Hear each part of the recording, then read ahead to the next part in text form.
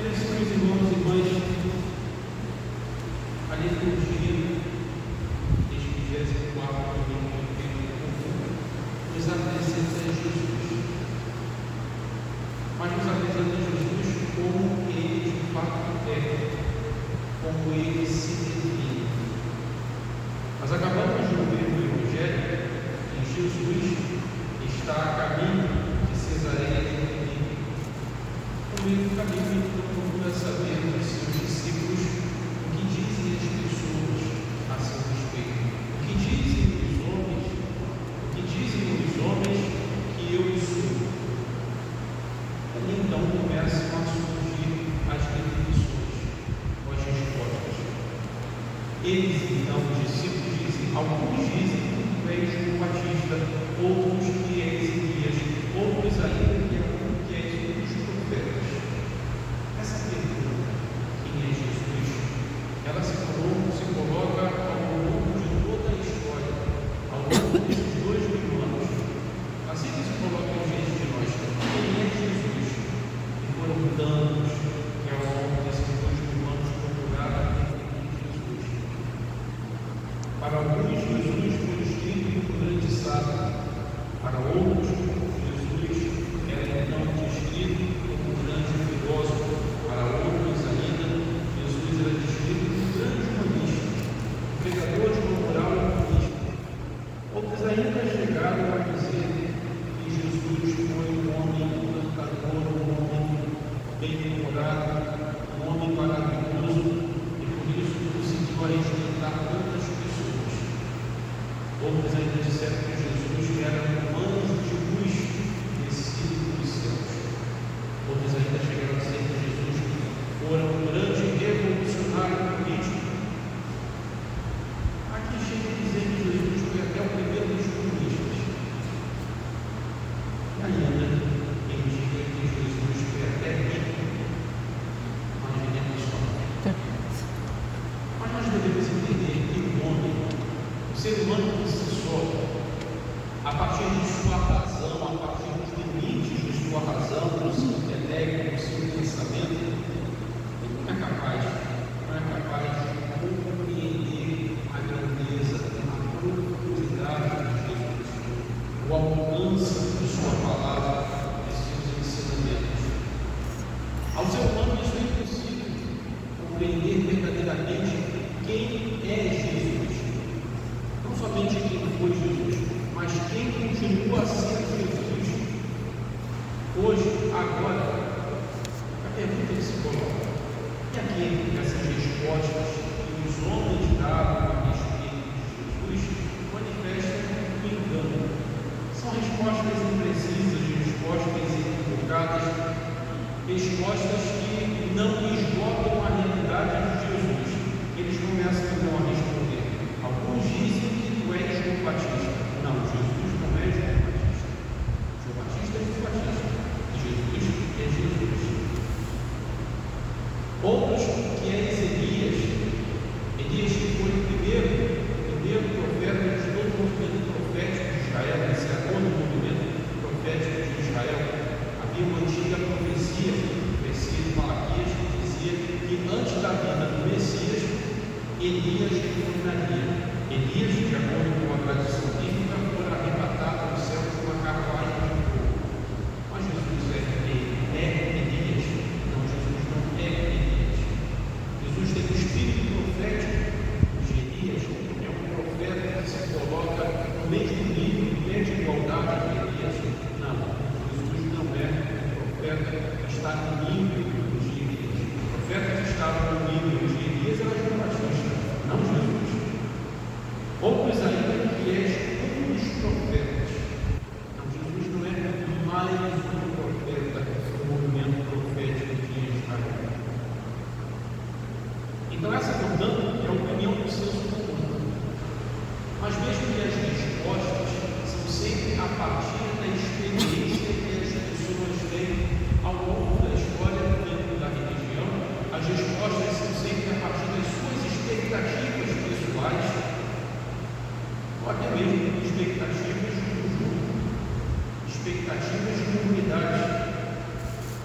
Mas Jesus chega a perguntar diretamente aos seus discípulos: e vós, quem dizeis que eu sou? Essa é a grande pergunta do dia de hoje.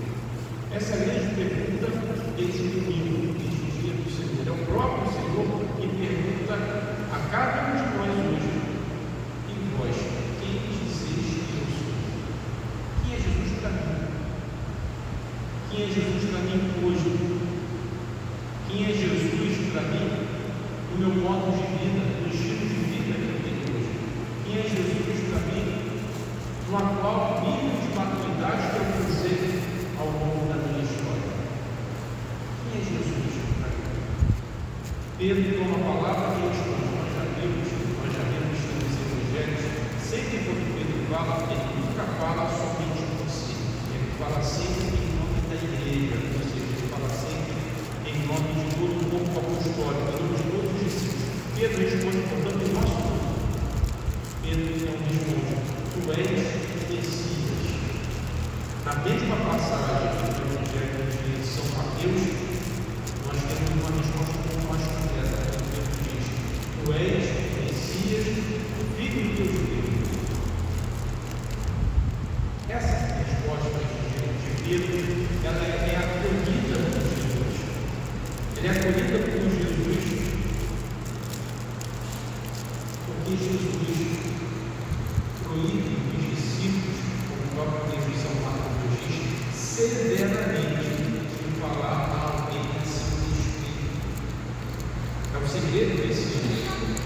Jesus quer plantar segredo a respeito de sua messianidade.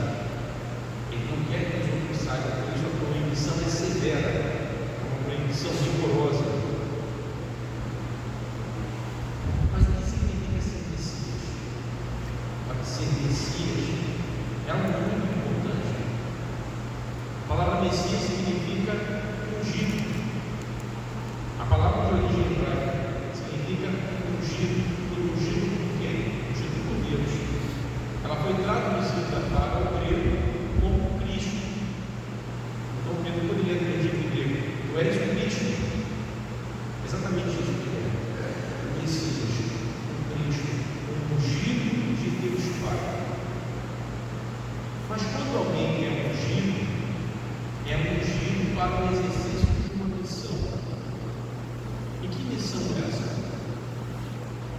A remissão dos pecados, a libertação do mal, a libertação da morte. Mas naquele contexto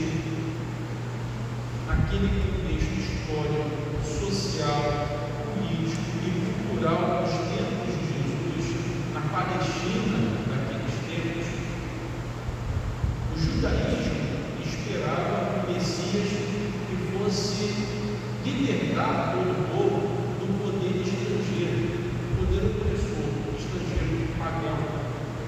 O Império Romano daquele tempo, que oprimia o povo. Então o judaísmo nos tempos de Jesus já não suportava mais os estrangeiros naquela terra.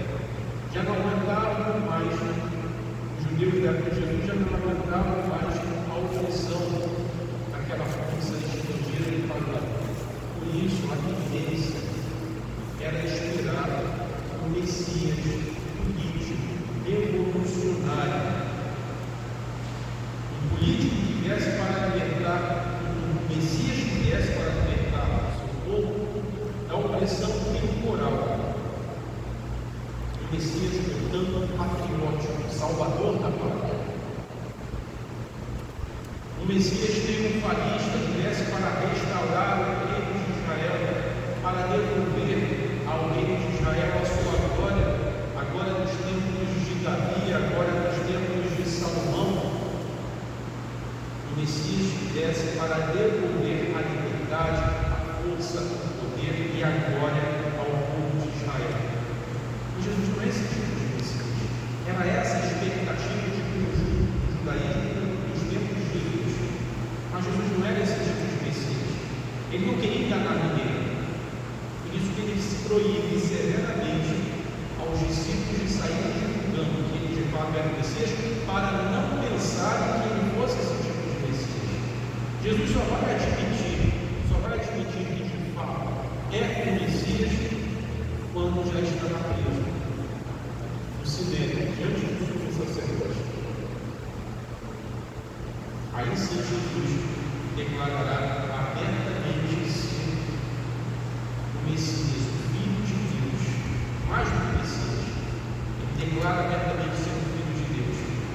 E os sacerdotes, os anciãos, rasgam as vestes diante de Jesus, gesto simbólico daquela época, eles rasgam as vestes diante de Jesus, demonstrando a expressão do seu escândalo, do seu furor, que eles fazem com Jesus, condenam Jesus à morte. Porque não era esse tipo de Messias que eles queriam. Eles queriam um Messias muito bem enquadrado às suas expectativas messiânicas. E Jesus, ao acolher a resposta de Pedro, ao acolher, portanto, a resposta da igreja, mas não esqueçamos que essa resposta não é uma resposta forjada, não é o Messias, essa resposta não é uma resposta forjada a partir do intelecto humano, do raciocínio humano, da razão humana, de investigações teológicas, de elucubrações intelectuais. A resposta de Pedro é fruto de sua experiência de fé, é fruto da experiência de fé da comunidade, é fruto de uma verdadeira atitude humilde de abertura a Deus, que é quem nos instrui. Por isso que na mesma passagem do Evangelho de São Mateus, Jesus, ao acolher essa resposta de Pedro, Jesus faz um grande elogio a Pedro, dizendo: felizes tu, Simão, filho de Jonas, porque não te deixaste contaminar pela opinião dos homens, mas deixaste sempre conduzir, ser instruído pelo meu Pai que está nos céus. Então, se por um lado a resposta de Pedro é fruto de uma atitude humilde de abertura ao mistério de Cristo, ela também é fruto da instrução divina, fruto da instrução divina. Mas Jesus, então, ele começa a dizer que tipo de Messias ele é. Não é um Messias conforme as expectativas messiânicas, políticas, patrióticas, triunfalistas do seu tempo. Quando o Antônio começa a dizer: o filho do homem deve sofrer muito, ser rejeitado pelos anciãos, pelos sumos sacerdotes e doutores da lei, deve ser morto e ressuscitará depois de 3 dias. E aí São Marcos nos diz, no versículo 32, ele dizia isso abertamente, que não tem segredo. Ele falava abertamente, portanto, que tipo de Messias ele era.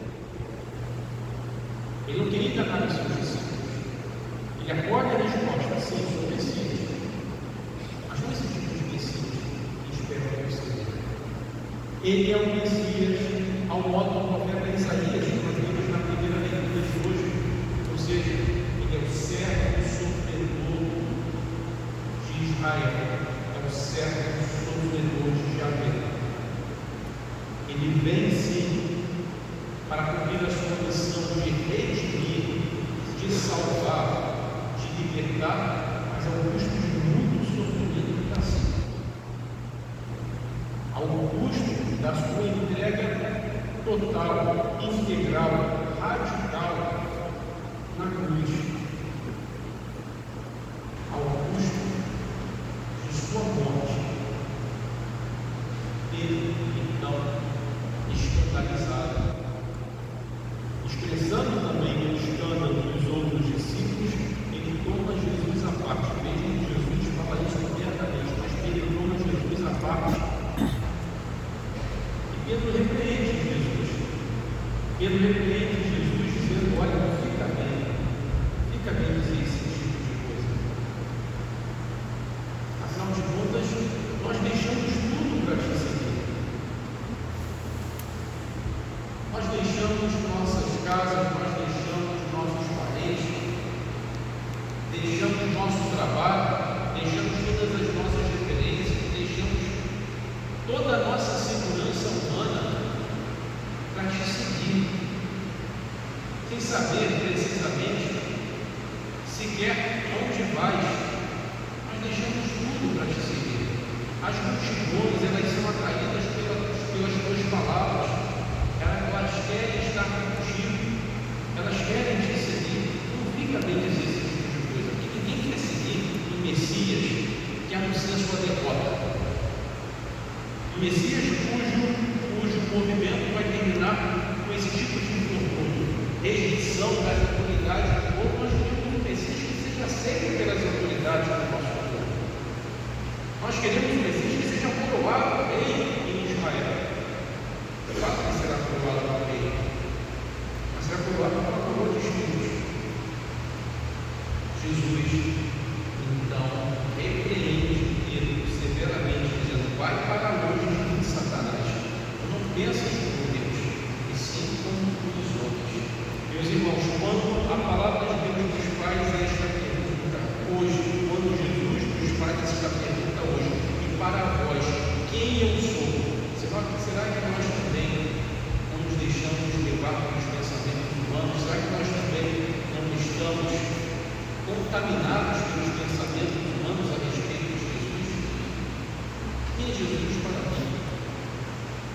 Eu o amo de verdade, eu quero segui-lo de verdade, eu quero estar com Jesus de verdade na oração, na fé, nas obras que sou chamado a praticar, que devem expressar o meu relacionamento pessoal com Jesus.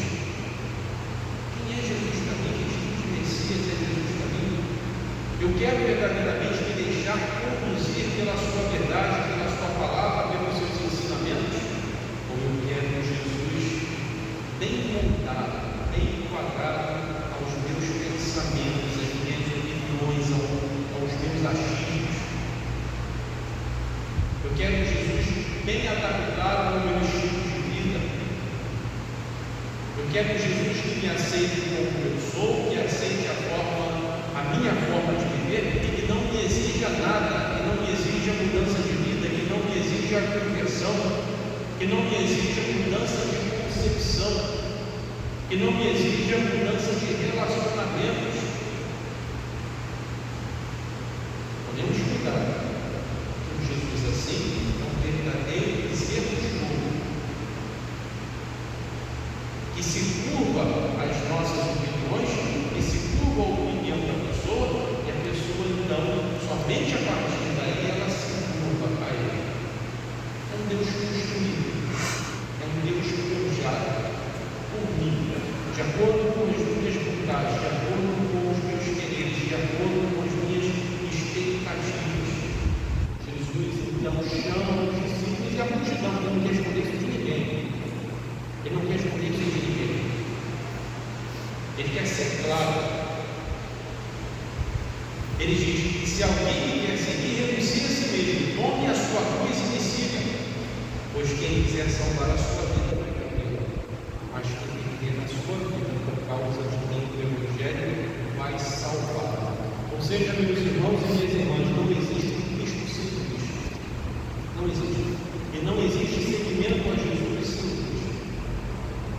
Seguir Jesus significa perder a sua vida, pelo menos de acordo com as concepções deste mundo, com os paradigmas, com as exigências deste mundo. Seguir Jesus significa perder a vida, significa perder tempo. Perder a vida para ganhar, sim, a outra vida, a vida verdadeira. Perder tempo, sim, para ganhar a eternidade.